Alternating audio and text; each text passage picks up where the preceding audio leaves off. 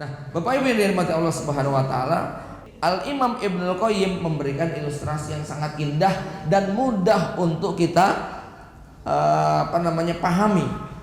Ya. Tapi sebelum saya sampaikan pendapat Imam Ibnul Qayyim, saya kutip dulu satu hadis akhir zaman dari Abu Hurairah radhiyallahu anhu. Rasulullah SAW bersabda, "Takunu ibilun lisyayatin wa buyutun lisyayatin." Di akhir zaman nanti akan ada onta-onta setan dan akan ada rumah-rumah setan. Fa amma ibilu syayatin faqad ra'aituha. Adapun onta setan, kata Hudzaifah bin Yaman tentang onta setan, aku sudah pernah melihat seperti apa bentuk wujud dari onta setan itu. Apa bentuknya? Ra'aituha yahruju ahadukum bijunaibat ma'ahu qad asmanaha.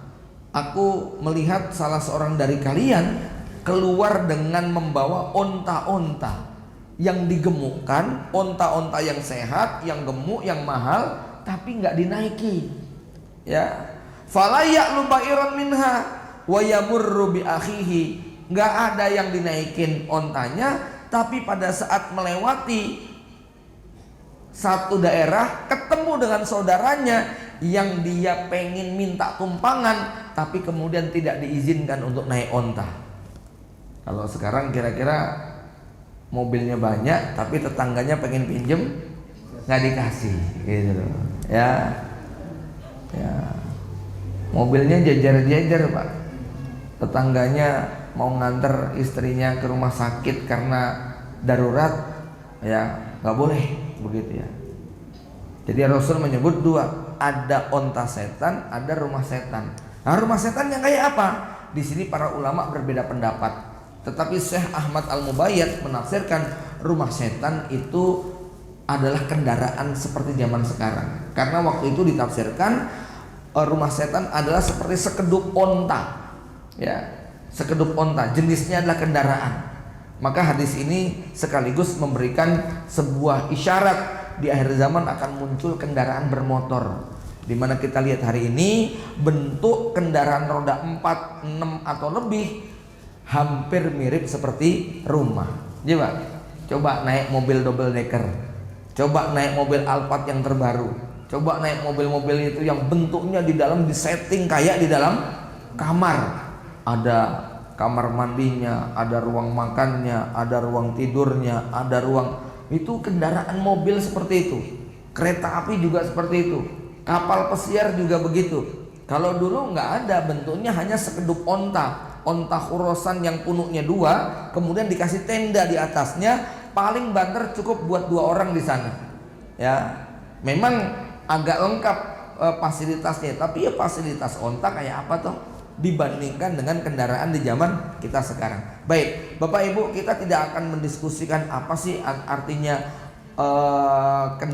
tafsir daripada rumah setan itu, tapi hadis ini mengisyaratkan bahwa secara umum baik rumah maupun kendaraan kita itu memiliki 3 kategori. Ada yang kategorinya milik Allah, ada yang kategorinya milik manusia, ada yang kategorinya milik setan. Seperti apa kategori kendaraan yang milik Allah? Kalau jenengan beli motor, beli mobil, memang digunakan untuk kepentingan-kepentingan Islam. Punya kendaraan dipakai buat ke masjid, punya kendaraan dipakai buat ziarah para ulama, punya kendaraan dipakai buat silaturahim. Ya, Anda menghabiskan uang puluhan juta, ratusan juta, kalau tujuannya untuk nengok keluarga, menyambung silaturahim, nggak ada yang sia-sia. Karena hadisnya banyak sekali tentang keutamaan membelanjakan harta dalam rangka silaturahim. Dan silaturahim yang paling efektif itu apa? Bawa duit, itu paling efektif. Yakin, orang yang tadinya marah, emosi, dibawain kayak begitu biasanya langsung diem. Silahkan diperhatikan coba ya. Jangan lagi marahan saya, bawain apa itu, kasih hadiah yang spesial istimewa, itu hatinya berubah. Ya, kalau dalam rumus orang Jawa, dipangku mati gitu kan ya. Wis toh ya. itu akan meredakan emosi dan kemarahan. Ya tadi rumusnya Pak, kalau istri lagi marah, emosi, nggak usah lama-lama mikirnya Pak. Ya, bawa belanja, ucapkan kalimat sakti ini, ndang milio sakarepmu aku sing bayar. Oh itu mesti rampung urusan. Ya, Pak. Ya. Baik Bapak Ibu, kita lanjutkan. Ya. Jadi ada kendaraan setan, ada rumah setan. Kendaraan, maaf. Jadi kendaraan itu ada 3, rumah itu ada 3. Satu milik Allah kalau tadi digunakan untuk kebaikan, untuk menghadiri majelis taklim, untuk mengantarkan anak pondok, untuk silaturahim, untuk ke masjid, untuk membantu tetangga saudaranya yang membutuhkan. Itu berarti kendaraan milik Allah. Yang kedua, kendaraan milik manusia. Artinya tidak bernilai pahala, sekedar dipakai buat senang-senang manusia. Memang tidak dosa, tetapi tidak berpahala. Sekedar buat belanja, buat hiburan, buat jalan-jalan, buat senang-senang, boleh saja. Tetapi kita khawatir ini tidak bernilai pahala. Yang ketiga, kendaraan milik setan. Yang kayak apa yang milik setan? Yang hanya buat pajangan, hanya buat pamer, hanya buat kebanggaan, hanya untuk menunjukkan bahwa dia tuh yang paling hebat dan sebagainya. Ya, mohon maaf Bapak Ibu, kalau ada orang beli motor harganya kok 1,5 miliar, ya itu kira-kira nek disilih tonggone untuk konten Pak.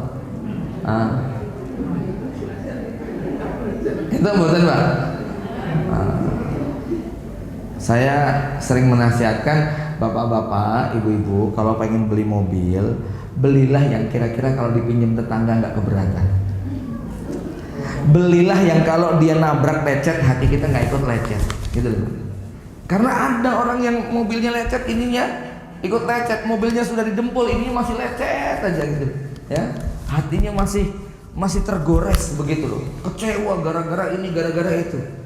Nah ini kita belum mampu untuk memaknai harta tadi, ya Pak. Ya, ini kendaraan yang ketiga, yaitu kendaraan setan. Hanya untuk pamer, hanya untuk gengsi, hanya untuk menunjukkan bahwa kita ini ya di atas rata-rata.